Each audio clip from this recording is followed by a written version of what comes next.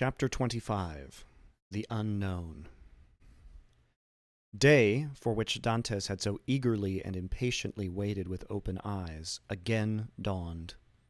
With the first light, Dantes resumed his search. Again he climbed the rocky height he had ascended the previous evening, and strained his view to catch every peculiarity of the landscape. But it wore the same wild, barren aspect when seen by the rays of the morning sun which it had done when surveyed by the fading glimmer of eve. Descending into the grotto, he lifted the stone, filled his pockets with gems, put the box together as well and securely as he could, sprinkled fresh sand over the spot from which it had been taken, and then carefully trod down the earth to give it everywhere a uniform appearance. Then, quitting the grotto, he replaced the stone, heaping on it broken masses of rocks and rough fragments of crumbling granite, filling the interstices with earth, into which he deftly inserted rapidly growing plants, such as the wild myrtle and flowering thorn. Then, carefully watering these new plantations, he scrupulously effaced every trace of footsteps, leaving the approach to the caravan as savage-looking and untrodden as he had found it. This done, he impatiently awaited the return of his companions. To wait at Monte Cristo for the purpose of watching like a dragon over the almost incalculable riches that had thus fallen into his possession satisfied not the cravings of his heart, which yearned to dwell among mankind and to assume the rank, power, and influence which are always accorded to wealth, the first and greatest of all forces within the grasp of man.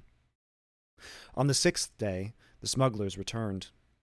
From a distance, Dantes recognized the rig and handling of the young Amelia, and dragging himself with affected difficulty toward the landing place, he met his companions with an assurance that, although considerably better than when they had quit him, he still suffered acutely from his late accident. He then inquired how they had fared in their trip. To this question, the smugglers replied that, although successful in landing their cargo in safety, they had scarcely done so when they received intelligence that a guard ship had just quit the port of Toulon and was crowding all sail toward them. This obliged them to make all the speed they could to evade the enemy, when they could but lament the absence of Dantes, whose superior skill in the management of a vessel would have availed them so materially. In fact, the pursuing vessel had almost overtaken them when, fortunately, night came on and enabled them to double the Cape of Corsica, and so elude all further pursuit. Upon the whole, however, the trip had been sufficiently successful to satisfy all concerned, while the crew, and particularly Jacopo, expressed great regrets that Dantes had not been an equal sharer with themselves in the profits, which amounted to no less a sum than 50 piastres each. Edmond preserved the most admirable self-command, not suffering the faintest indication of a smile to escape him at the enumeration of all the benefits he would have reaped had he been able to quit the island. But as the young Amelia had merely come to Monte Cristo to fetch him away, he embarked that same evening and proceeded with the captain to Leghorn. Arrived at Leghorn, he repaired to the house of a Jew, a dealer in precious stones, to whom he disposed of 4 of his smallest diamonds for 5,000 francs each. Dantes half feared that such valuable jewels in the hands of a poor sailor like himself might excite suspicion. But the cunning purchaser asked no troublesome questions concerning a bargain by which he gained a round profit of at least 80%. The following day, Dantes presented Jacopo with an entirely new vessel, accompanying the gift by a donation of 100 piastres, that he might provide himself with a suitable crew and other requisites for his outfit, upon condition that he would go at once to Marseilles for the purpose of inquiring after an old man named Louis Dantes, residing in the Allée de Meilhan, and also a young woman called Mercedes, an inhabitant of the Catalan village. Jacopo could scarcely believe his senses at receiving this magnificent present, which Dantes hastened to account for by saying that he had merely been a sailor from whim and a desire to spite his family, who did not allow him as much money as he liked to spend, but that on his arrival at Leghorn he had come into possession of a large fortune left him by an uncle, whose sole heir he was. The superior education of Dantes gave an air of such extreme probability to this statement that it never once occurred to Jacopo to doubt its accuracy. The term for which Edmond had engaged to serve on board the young Amelia having expired, Dantes took leave of the captain, who at first tried all his powers of persuasion to induce him to remain as one of the crew, but having been told the history of the legacy, he ceased to importune him further.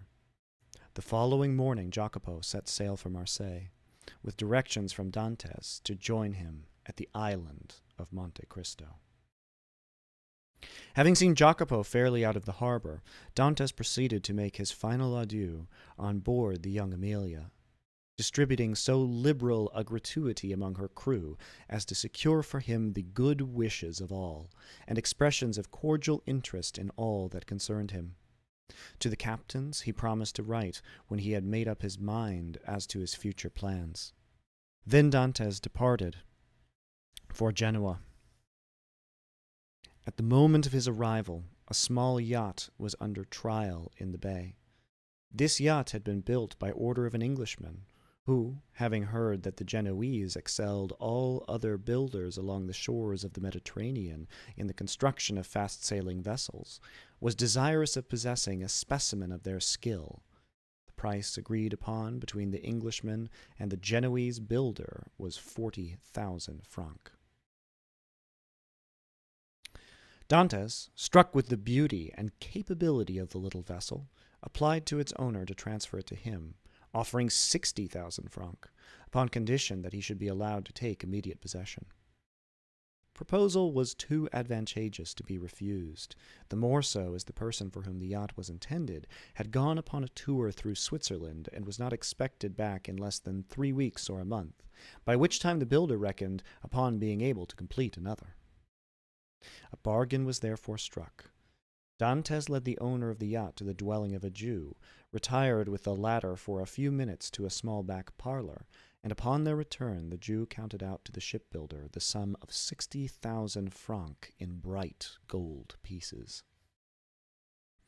The delighted builder then offered his services in providing a suitable crew for the little vessel, but this Dantes declined with many thanks, saying he was accustomed to cruise about quite alone, and his principal pleasure consisted in managing his yacht himself. The only thing the builder could oblige him in would be to contrive a sort of secret closet in the cabin at his bed's head, the closet to contain 3 divisions, so constructed as to be concealed from all but himself. The builder cheerfully undertook the commission, and promised to have these secret places completed by the next day, Dantes furnishing the dimensions and plan in accordance with which they were to be constructed. The following day Dantes sailed with his yacht from Genoa, under the inspection of an immense crowd drawn together by curiosity to see the rich Spanish nobleman who preferred managing his own yacht. But their wonder was soon changed to admiration at seeing the perfect skill with which Dantes handled the helm.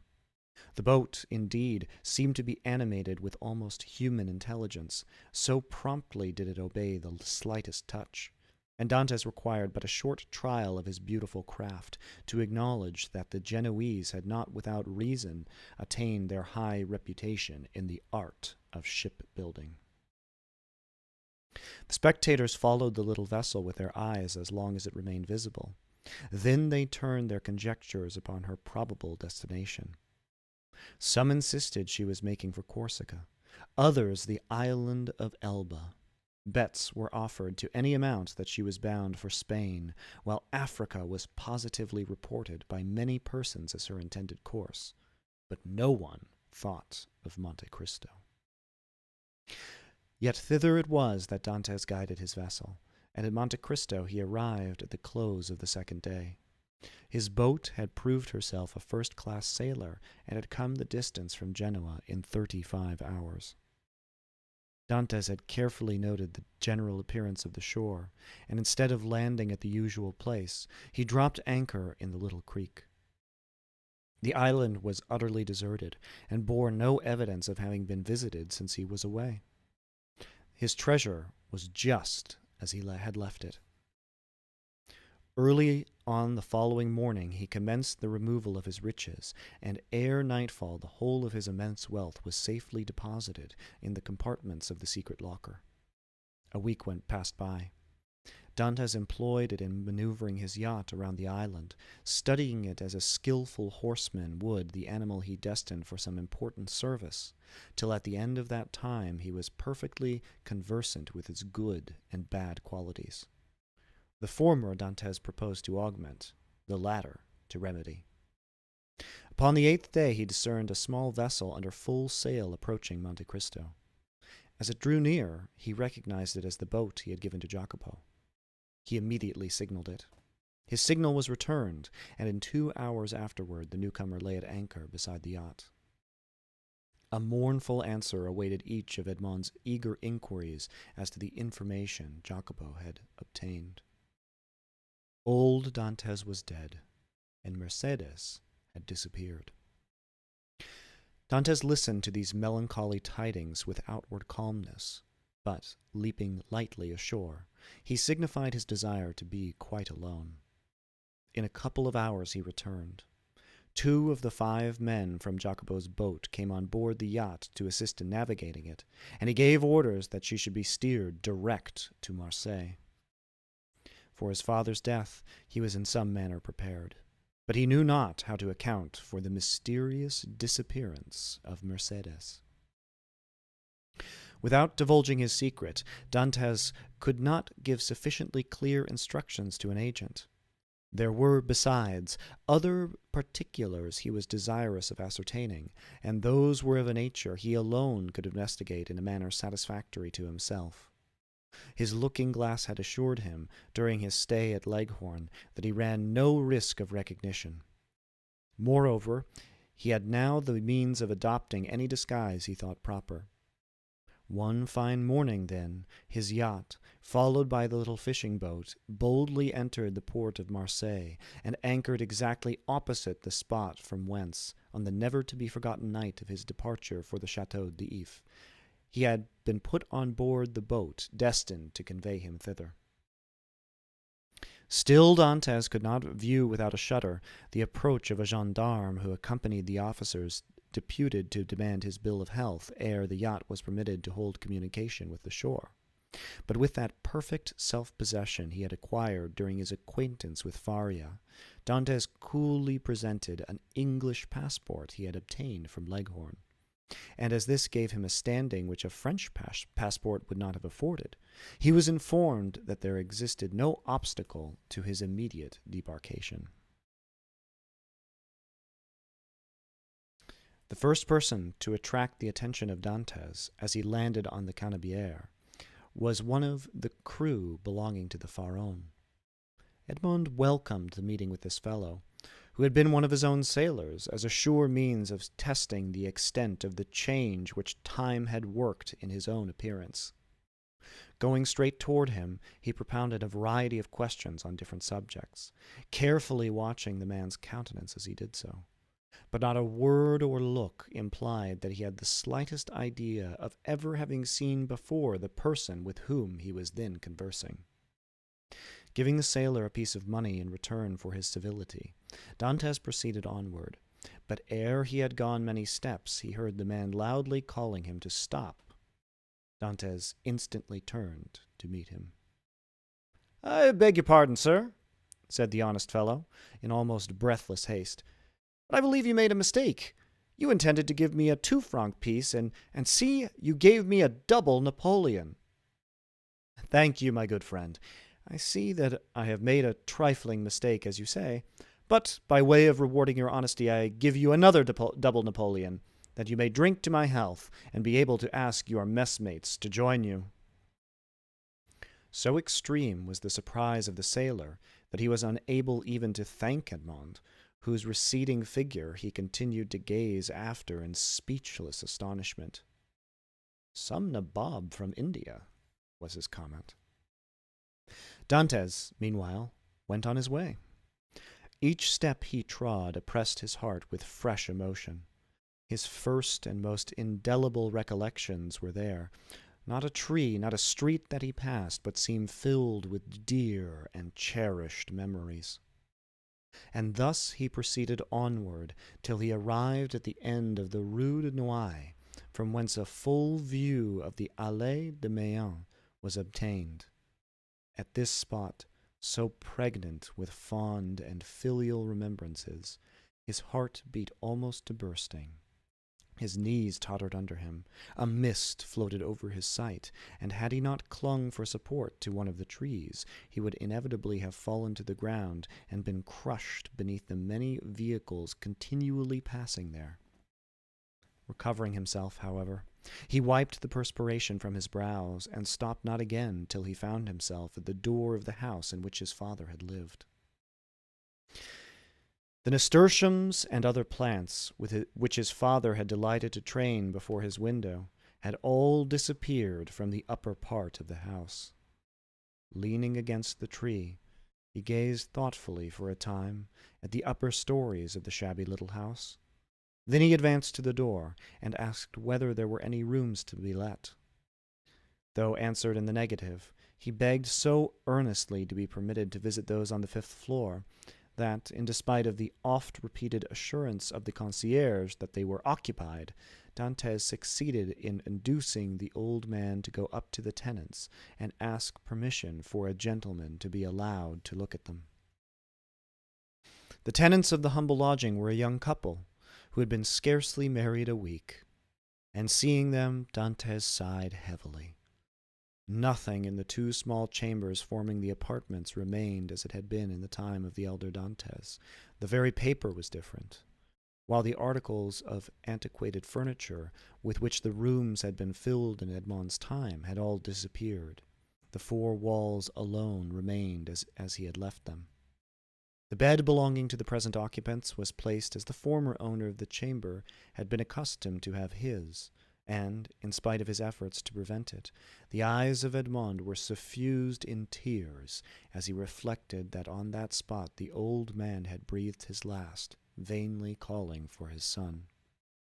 The young couple gazed with astonishment at the sight of their visitor's emotion, and wondered to see the large tears silently chasing each other down his otherwise stern and immovable features. But they felt the sacredness of his grief, and kindly refrained from questioning him as to its cause, while, with instinctive delicacy, they left him to indulge his sorrow alone. When he withdrew from the scene of his painful recollections, they both accompanied him downstairs, reiterating their hope that he would come again whenever he pleased, and assuring him that their poor dwelling would ever be open to him. As Edmond passed the door on the 4th floor, he paused to inquire whether Caderousse the tailor still dwelt there. But he received, for reply, that the person in question had got into difficulties, and at the present time kept a small inn on the route from Bellegarde to Beaucaire.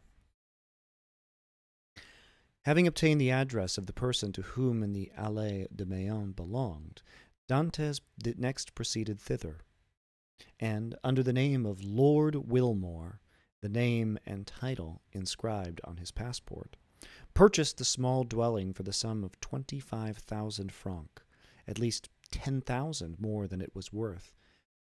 But had its owner asked 500,000, it would unhesitatingly have been given. The very same day the occupants of the apartments on the 5th floor of the house, now become the property of Dantès, were duly informed by the notary, who had arranged the necessary transfer of deeds, etc., that the new landlord gave them their choice of any of the rooms in the house, without the least augmentation of rent, upon condition of their giving instant possession of the 2 small chambers they at present inhabited. This strange event aroused great wonder and curiosity in the neighborhood of the Allée de Meilhan, and a multitude of theories were afloat, none of which was anywhere near the truth. But what raised public astonishment to a climax, and set all conjecture at defiance, was the knowledge that this same stranger, who had in the morning visited the Allées de Meilhan, had been seen in the evening walking in the little village of the Catalans, and afterward observed to enter a poor fisherman's hut, and to pass more than an hour in inquiring after persons who had either been dead or gone away for more than 15 or 16 years.